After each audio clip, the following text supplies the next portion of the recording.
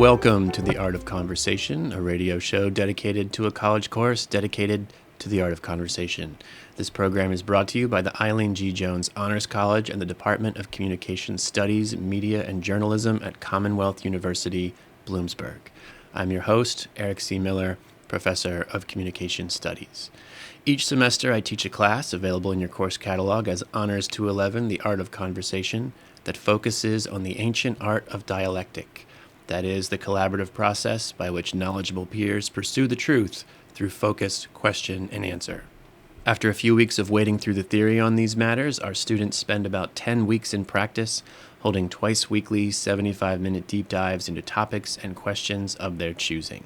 Our theme this semester is the state of the earth and the good life upon it, granting students considerable leeway in their choice of content. Every week, twice a week, we're talking about how to live better lives on this planet. My guests today are Charlie and Thomas, a pair of student moderators who this week asked our class to consider the benefits and the liabilities of artificial intelligence. Charlie, Thomas, welcome to the program. Thank you for having us. Yeah. So before we get going today, tell us a little bit about yourselves, including your major, your year in school. What is it that you want to do with your lives? I am a sophomore chemistry major, and I'm hoping to become a doctor at some point in my life. I'm a sophomore psychology major, and I'm not really sure what I want to do. Well, and then tell me a little bit about this class. I mean, how have you been finding it? Is it entertaining to you? Is it enlightening? How does it compare with your other classes? You know, the method. What are your thoughts? It's given me a lot of information that I would not have read otherwise and never really would have thought about beforehand. I agree. It's given us a lot of stuff that I wouldn't have considered either. Well, good. That's what it's supposed to do. That's what any college course is supposed to do, I suppose. So this week, you asked us to think a little bit about AI. You gave us some material to read and to think about. Let's start off maybe with the basic definitional questions for those maybe who have been living in a cave and have not heard of these matters before. What is artificial intelligence? Artificial intelligence is like artificial computer that is capable of learning and absorbing information and sort of like repeating it back to people. So it's a computer that is capable of learning something, and so that's what makes it intelligent? Correct. What forms does AI take that our listeners might be familiar with? So much of the consumer level is generative AI, which is capable of producing, text and speaking to you to some extent, and it is also capable of producing images like art or deepfakes, which are capable of like producing images of real people as opposed to just artistic ones. Most search engines include a AI overview of the results of what you search. Typically, the most common forms of AI that are currently being used are generative, as you mentioned. And so you can enter a prompt and ask it to do something, and it can create for you. Why is that valuable? I'm not very capable of making art, so it helps me do that as opposed to if I really needed this, I would have to pay someone to do that for me, or I know you can use it in Photoshop, which you would have had to also hire someone to do. It also helps to make things just more accessible and more easy to everyone. It seems like if generative AI is primarily useful just for making stuff that human beings otherwise might have made if they had the capability, that doesn't seem to me that important a contribution to society. I mean, it can make art, which is interesting. You type in a prompt, I want to see this type of a painting or a picture or something, and it generates it, or you want it to write something for you or to assist you in your writing. I'm not saying these things don't have any value, but it's remarkable to me that this idea, artificial intelligence, has sucked up so much of the oxygen in the contemporary discourse, and there's so much interest and excitement around it. Are they building towards something more than just making pictures or helping you write your college essay? What's all the fuss about? I think the goal is more of just advancement in general. It's not building towards anything. It's just seeing what it can do. Okay, so getting a computer program that can write an essay or that can paint a picture is an achievement. something that can learn more in these areas. And so at this point, having crossed that threshold, the question now is what else can it do? How far can it be pushed? I think so. Our listeners can't see you nodding your heads. Sorry. There are some applications though, because it is capable of thinking quicker than humans, where any split second decisions that need to be made could be helped by this. I know a lot of car companies will now implement programs that will avoid a crash by taking in information that much quicker than humans ever could process that. So maybe that is useful in creating self-driving cars. Mm-hmm. I know I've heard from a lot of folks, and I feel a little bit of this myself, that self-driving cars make me nervous because there's nobody at the wheel. So that doesn't seem safe. But then again, human beings driving cars make me nervous too, because there's all sorts of opportunity for human error. And so if AI can make decisions so much more quickly, then maybe an AI driver of a car will turn out to be much more competent and careful and safe than a human being. Yeah, and they can also communicate with other cars, assuming they're also controlled by the same system, which would overall help like traffic flow. It pretty much can just avoid any potential human error. Generative AI, so far, can create culture. It can create art. It can create writing. You've noted in class yesterday, it can summarize long things that you might want to read. So it serves as a generative Cliff's Notes sort of a thing. And all of these properties are interesting in themselves, and they might be developed further into other new sorts of exciting directions. But maybe it would be helpful to focus in on a couple of specific examples from the present instead of the not too distant or distant future. The form of AI that has taken up the most of our attention thus far, I think, is ChatGPT, especially on college campuses. It has prompted a lot of excitement in some quarters, a lot of concern in others. And so maybe you could tell us a little bit about ChatGPT. What does it do? What can it do? Why is its generative capability a source of optimism or excitement? ChatGPT is very capable, not as well as like a writer would be, but it is capable of writing stuff and obtaining information that people otherwise wouldn't have seen. Do you use ChatGPT in your own like writing assignments? Can it be used in a productive way that's not just plagiarism? I have used it, but not to create my work. I give it a specific question to help guide my research more so. If it gives me a certain answer, I'll research more into that to make sure I'm getting the correct information and I can put it into my own words without using generated content. So does it just make an outline for you, or what kind of a response does it give you? I've done ones where I wanted an outline, and I've also done ones where I just give it the question, see what it says, and then make an outline from that. I prefer it just giving me an outline, but I've done both. What about as a research tool? Is it useful in helping you find source material for a paper? I think to some extent it is. If you use a search engine, it will give you an AI overview that includes a lot of sources, but a lot of the information that you get from the AI overview, you do normally have to check through the source material itself as opposed to citing what the AI said. That's kind of what I'm asking about, because I remember when ChatGPT first came out, and this was like, a year or two ago, I was trying to think of ways that it might be helpful to me when I go to write a paper to present at a conference or something. And one of the thoughts I had was that maybe this thing knows the sources that I should be reading in order to write this paper. And so I remember typing into it, make me an annotated bibliography of sources in communication studies on this issue, whatever it was. And within seconds, it generated this list of 20 academic articles and books with titles that were just perfect in my wheelhouse. And I thought, this is incredible, because it would have taken me days or weeks to uncover all of these different sources. And here it just gave me the list. Now all I have to do is go find them, and then I can read them and include them in my paper. But one thing that I found is that when I went looking for them, none of them existed. They weren't actual real articles. It was just like ChatGPT had created a bibliography with a bunch of sources that, had they existed, would have been perfect. It just made them all up. And so immediately I thought, okay, if this thing worked, that would be great. But this list is very problematic, obviously. I mean, have you found that problem when using this on your own? One time when I was writing a paper, I had to cite something in APA format, and I didn't know how to.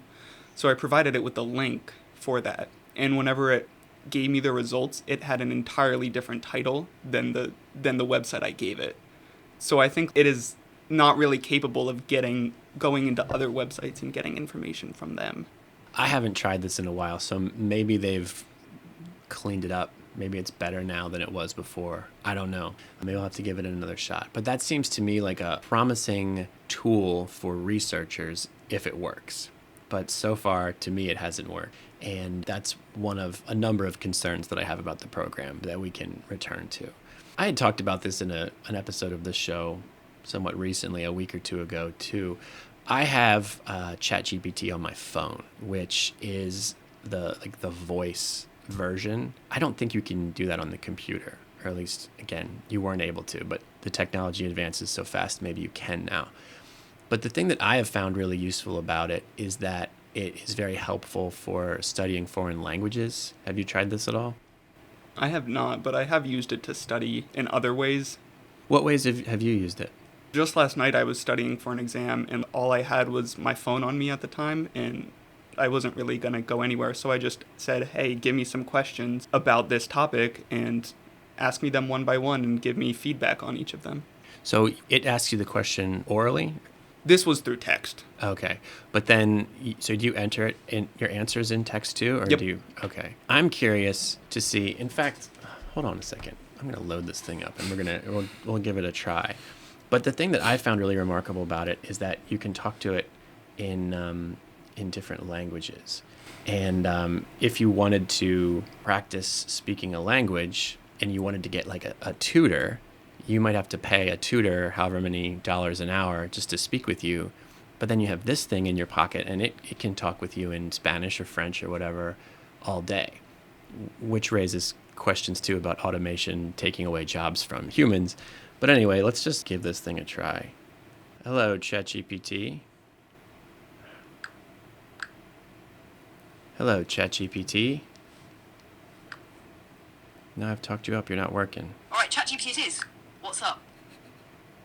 Oh, and you have an English accent now. Ah, an English accent, you say? All right, then, I'll do my best to keep things charmingly British. How can I help today? I was wondering if we could practice speaking in Spanish. Claro. ¿Te gustaría empezar con algo básico o practicar una conversación específica en español? All right, I won't spare you my Spanish, but suffice it to say, you could talk to this thing forever, and it would speak back to you. I think you could probably even get it to change its accent, to make that more appropriate to the language that you're speaking, which I think is just fascinating. And so ChatGPT has a lot of concerns associated with it, and I'm happy to discuss those too, maybe in the second half of our show.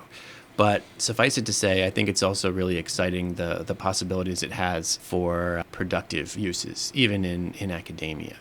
But the other type of AI that I wanted to talk about here in the first half is this program Character AI, which I find very interesting and which I know you have looked into a little bit. Can you tell us a little bit about what Character AI is and what it does?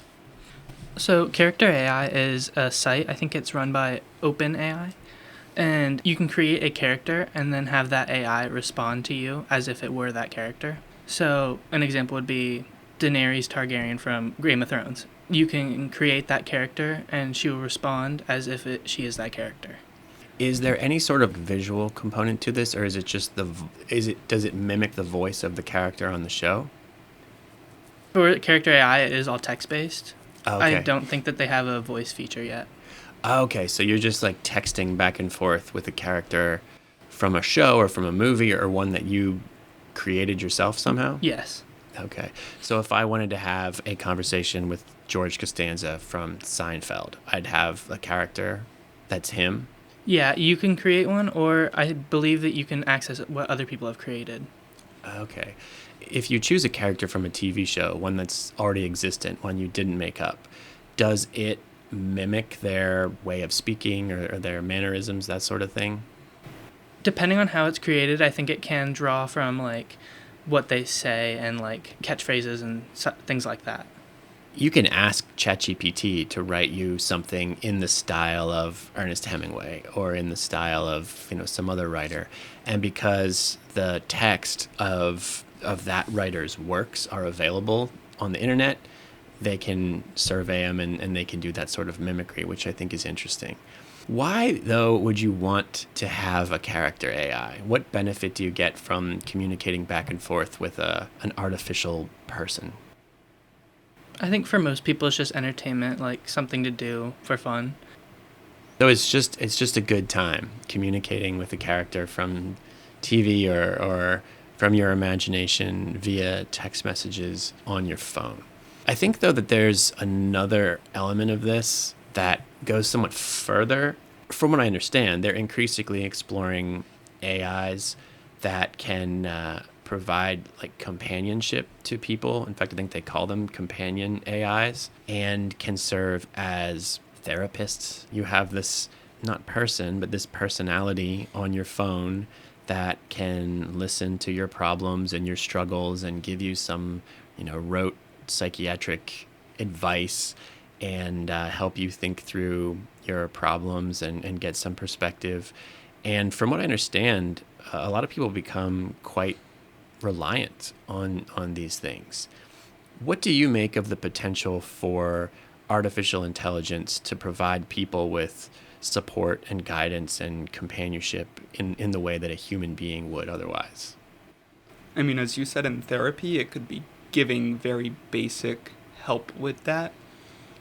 But I feel like ultimately it will not replace the emotions that a human could feel and the companionship you could get from a human. But it could provide some base level version of that. That's kind of my question. To what extent can an artificial human replace actual humans? If I tell my companion AI about my worries and anxieties and problems in life, and it gives me some like basically good advice or just provides me with a listening ear, do I get some kind of a psychological, mental, emotional benefit from that just because I'm getting these things off my chest and I feel like I'm telling them to somebody? Or in the back of my mind, am I always thinking, this is not a person. I'm just talking to a machine. I don't know. Have you given this any thought? I think surface level it may make you feel a little bit better, but as you're saying, like in the back of your mind, it's not real.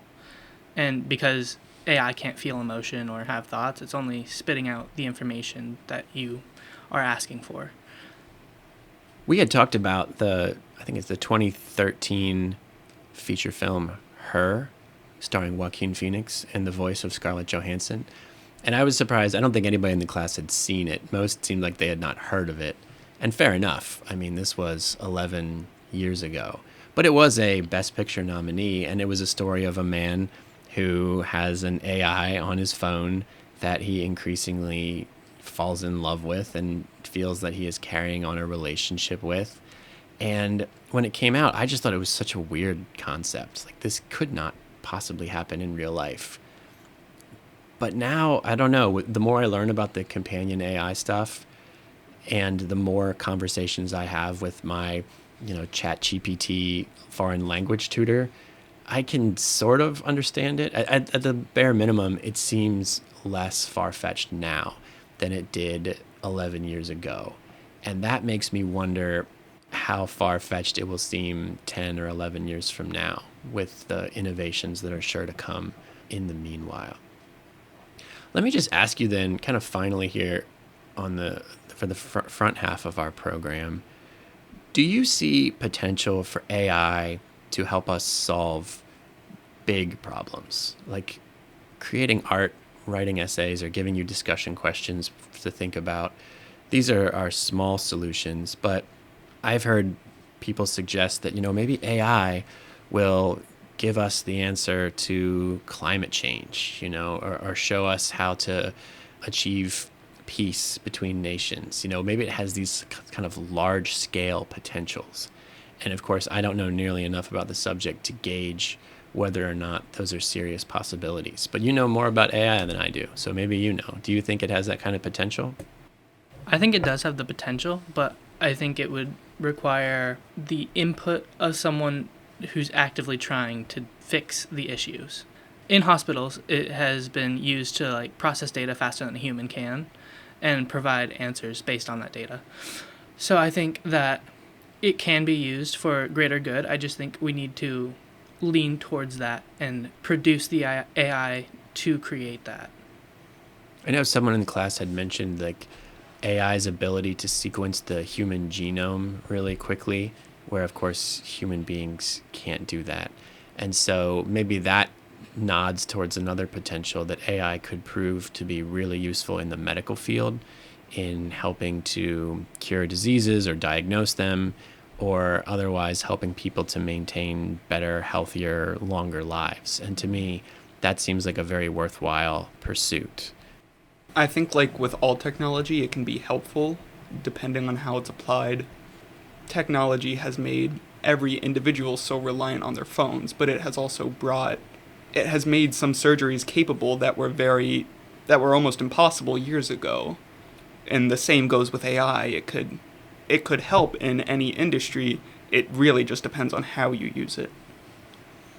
This is a point that I find myself returning to in episode after episode of the show, which is that when I was younger, something like this would have filled me with a lot of excitement and anticipation. Like, wow, this is incredible. We're on the cutting edge of technology. Just think of the applications going forward. And the older I get, the more it just freaks me out and makes me nervous. And of course, there is a big push to implement some more rigorous regulation on AI now that it is proceeding at such a fast and accelerating rate. And we'll talk about that a little bit more in the second half of our program. You are listening to The Art of Conversation. I am your host, Eric C. Miller. I'm here once again with Thomas and Charlie, and we will be back after these messages.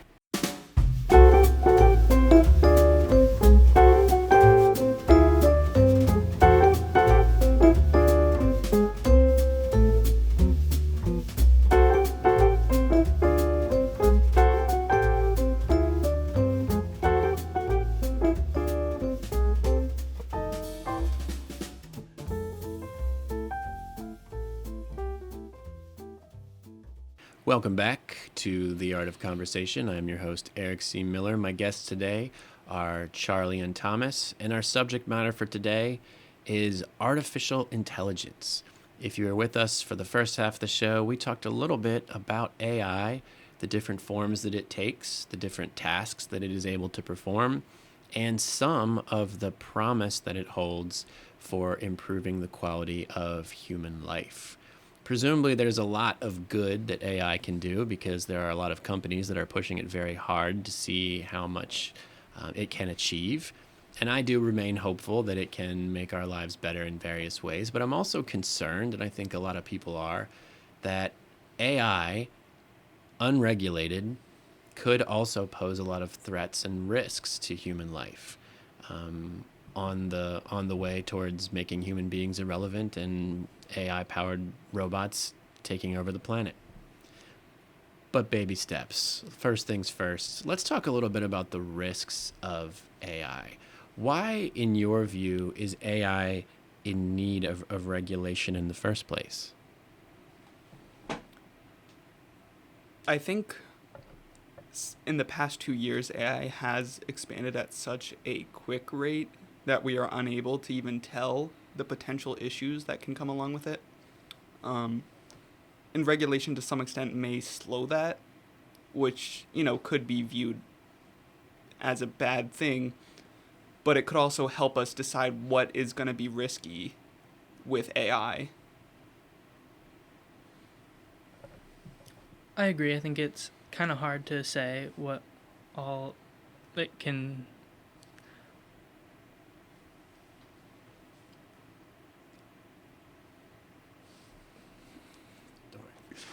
So in other words, there are things that are known about AI that are maybe concerning, but there's also things that are unknown. And to a degree, some of the unknowns are also unknown. We don't know what we don't know. And who knows where this technology could take us eventually and what sorts of problems it could pose. Now, you mentioned in class that there have been a couple efforts to regulate AI, one of these in the European Union and another one in the state of California, of course, where Silicon Valley and the tech bros are located. Can you speak to those a little bit? What were these bills and what were they trying to do? The EU AI bill was passed, and it defined different AI programs into separate risk categories, each of which having their own consequences or their own actions to be taken upon them. So at the highest level, the highest risk, you would have anything that had facial recognition software and was capable of giving people a social score. And these were outright banned. And Can I ask what a social score is? it's basically if you do it tracks the actions you do and decides are you a good person or a bad person, That's very like and it's Orwellian. dependent on who's making the scale, who you're good to, who you're bad to, who's controlling this score. If I'm not mistaken, they already use that sort of technology in like Hong Kong to identify protesters and stuff, correct? I believe so. Okay. So that's the top level concern. What are the other sorts of worries they have? A big issue is deepfakes, which are images that have someone else's face pasted over someone else's body, and the actions they're doing. These and any other images need to be outright blatantly labeled as being generated by AI to help prevent misinformation. Anything to add? No, I don't think so. Okay. So, all right. So, in the European Union, they have identified different levels of risk and imposed regulations at different risk levels. And we'll talk about deepfakes in a minute. Let's talk, though, about the California bill a little bit also. What was that one like and what happened there?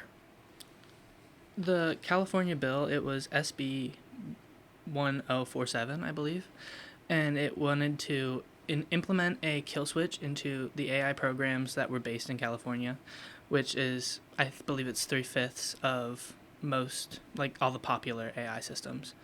And it would also, I believe it said it would require to, like the EU Act, say that it was created with AI, whatever it may be. But it was vetoed by the governor because he said it had the potential to inhibit growth and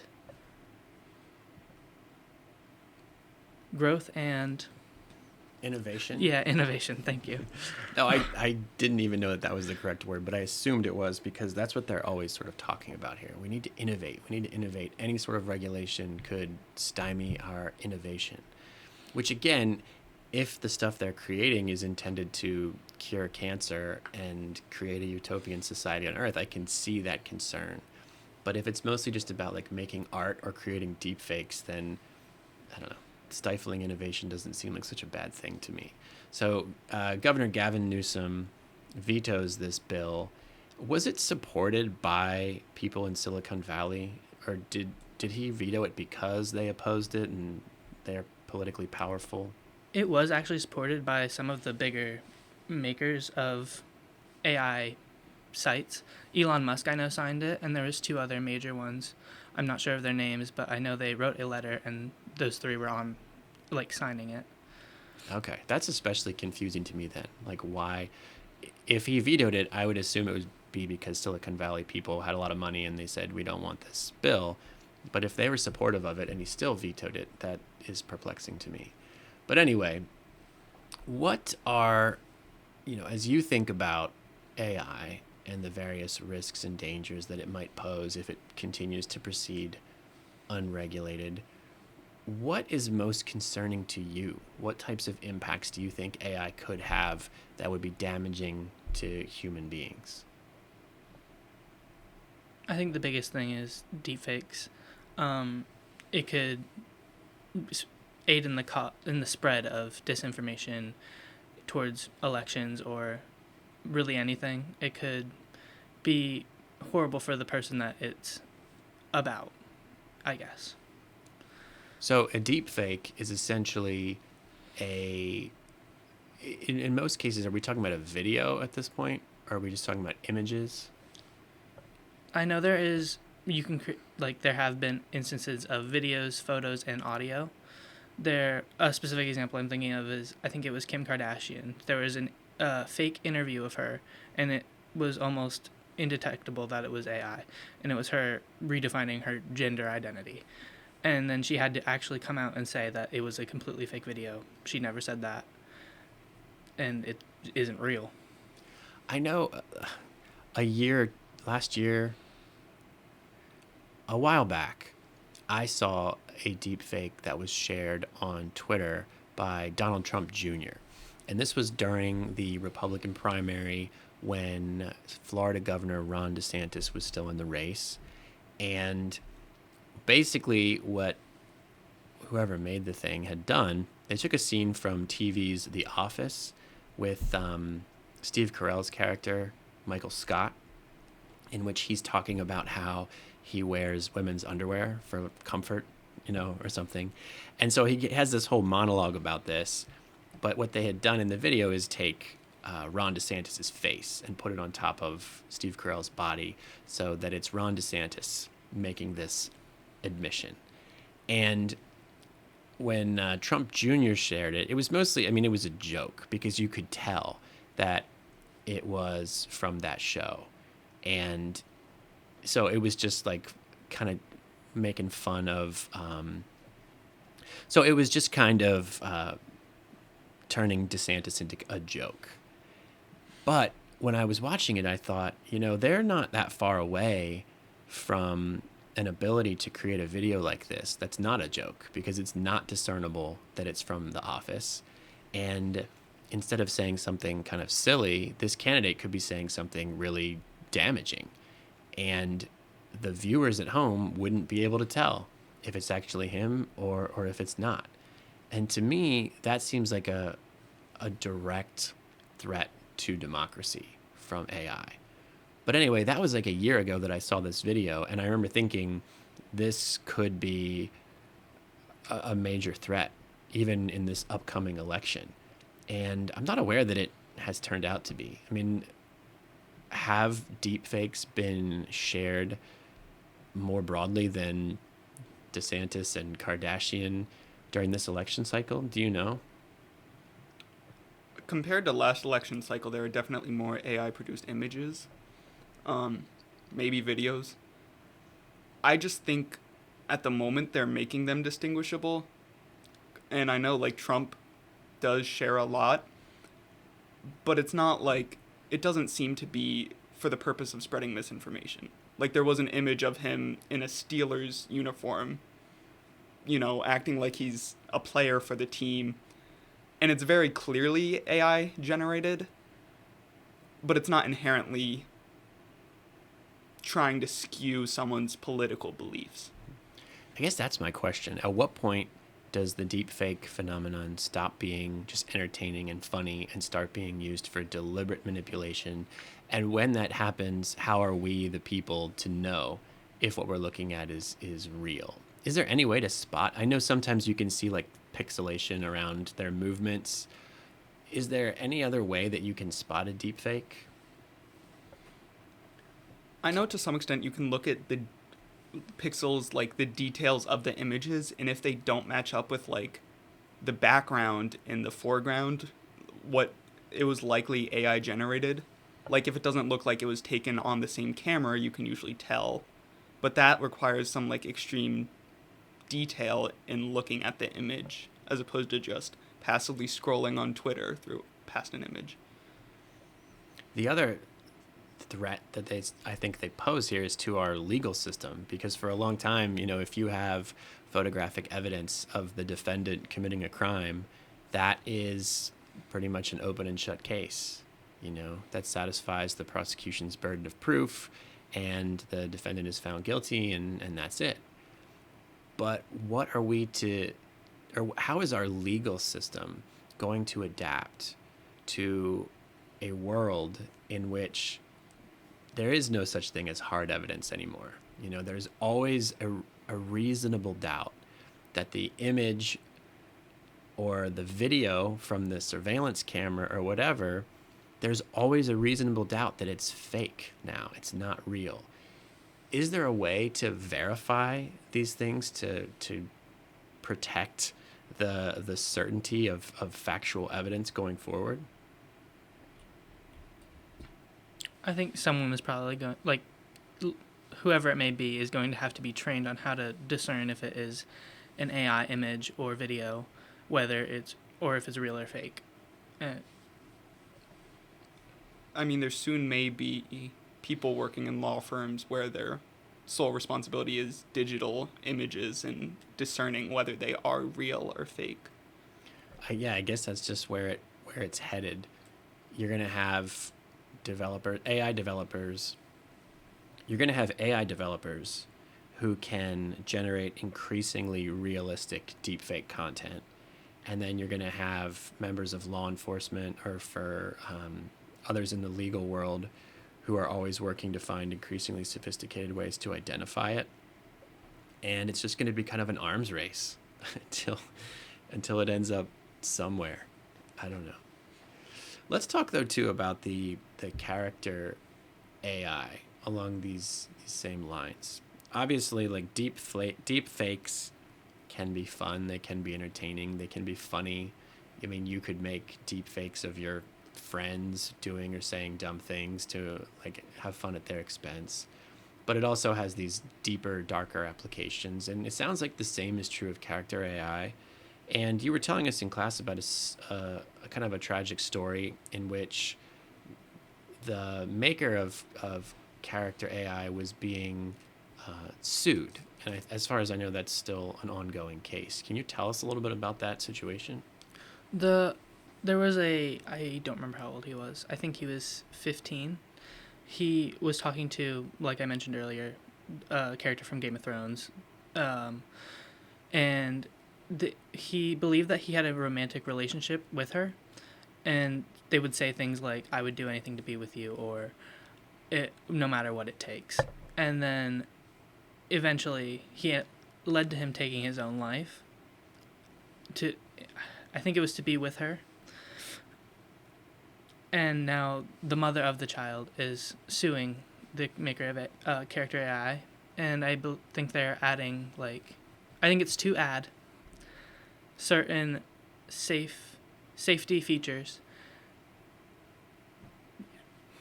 So it sounds like a case in which a child, a legal minor in particular, developed an unhealthy dependency on this program and went down kind of a dark path from there. Do they have any sort of safeguards on there currently for who gets to make these characters, or can anybody do it?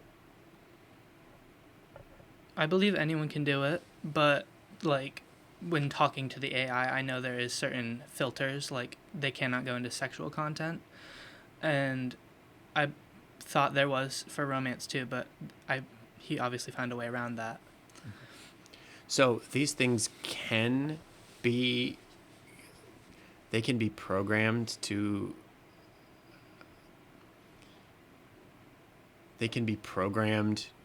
present themselves as romantic partners or not? Yeah, that seems like it can be the case. It really depends on what you ask them to do and how you code your character.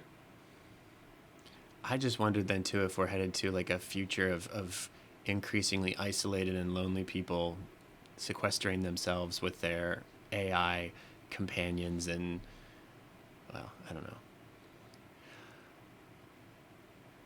Okay, so there are other potential malign applications for the character AI. Let's talk then too just a little bit about the risks associated with ChatGPT, because we talked on the front side here about some of the benefits that it has and the good things it can do, the ways it can be used productively academically when it comes to writing, for example, or studying. What's the problem with ChatGPT? What is the risk that it poses to academic integrity, for example? As we already discussed, like, a lot of the things it returned weren't factually correct. Like, the sources you obtained were not non-existent at all. Despite that, you can still work around it and use it as a tool. However, it is not capable of giving you correct information, which, you know, what's the point of using it then?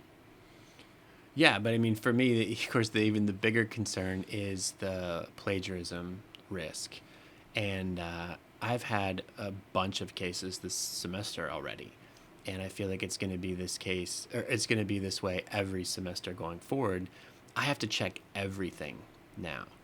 And I have to look over every written submission, with a fine-tooth comb, trying to make sure that all of this stuff is legitimate. And I find myself increasingly using these AI checking sites as well. And so what happens for me is that if I receive a paper that I suspect of being AI authored, and there are some telltale signs, which I will not disclose because it's part of my, trade secrets. But if I get a submission that seems suspicious, like it might be AI authored, I will feed it through, 3 or 4 of these online AI checkers. And if all of them come back 100%, which sometimes they do, to me, like that's enough. And I give that submission a 0, and I write the student and say, look, you can come talk to me about this if you want, but this was an AI submission, and this can't happen again, or you're going to fail the course. I recognize that maybe these AI checkers are imperfect too, but that's why I use several of them. And if there's a consensus among those and my own suspicions, I feel like that's enough to go on.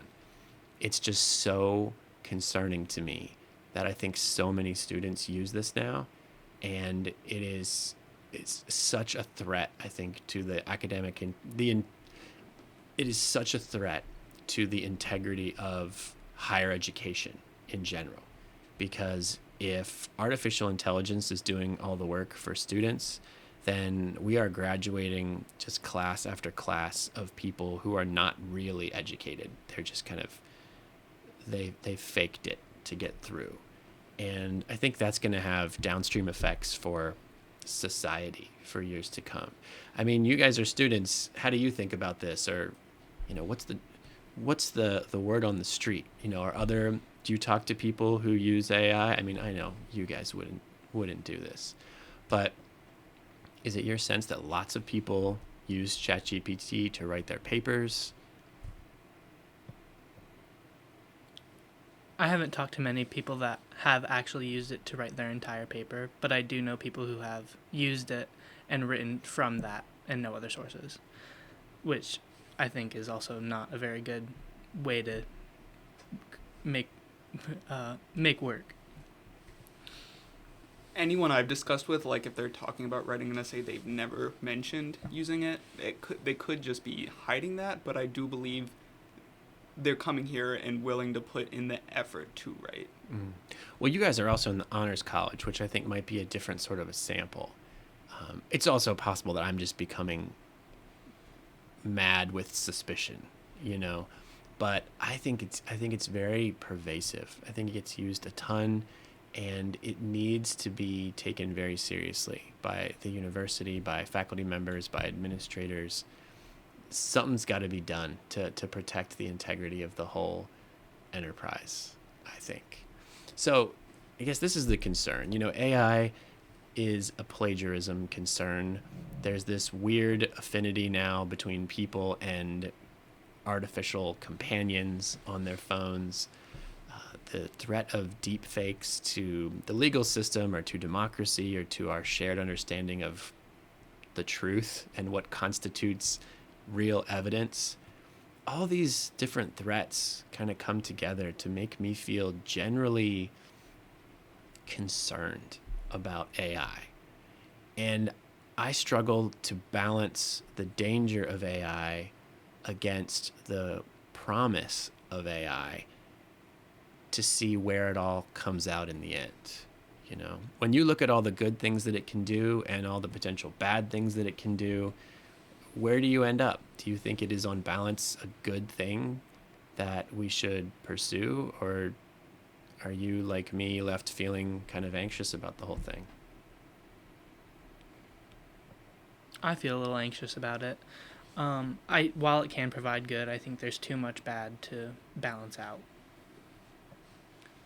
I feel like if we lived in a utopia where people would only do good, it would only be good.